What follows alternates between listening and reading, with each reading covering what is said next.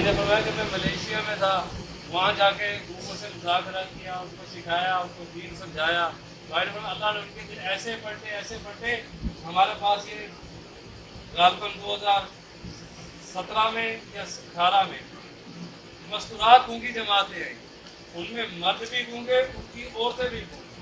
पूरी दुनिया में जो गूंगों का काम शुरू हुआ वो जंग से शुरू हुआ और हमारी मस्जिद से शुरू हुआ। और पूरी दुनिया में जो मस्तूरात, गूंगी मस्तूरात और गूंगे मर्द, वो मलेशिया से नंबर ले क्या उनके ऊपर दीन की मेहनत की ज़रूरत है। पूरी दुनिया के इंसान पे ऐसे हैं कि कोई हमें आए और हमें ये कलमा सिखा के जाए।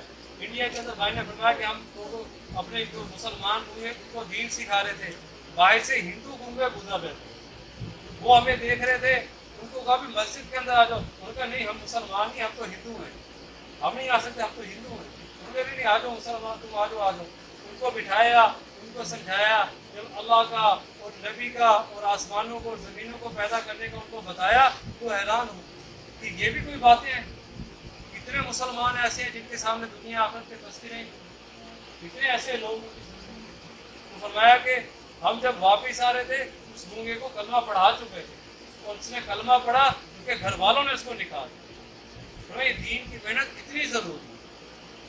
तो फरमाया भी भाई ने फरमाया इसके लिए बेहतर फरमाया कि अल्लाह के रास्ते में निकलने के लिए पिछले 4 महीने के इरादे करें भी। फरमाया इसके लिए 4 महीने की भाई को कुछ भी लगे वो तो 4 महीने का इरादा करें। तो जिन भाइयों के लक्ष्य में भी वो 2 साल 7 माह के इरादे फरमाएंगे इसके लिए। फरमाया जी फरमाया।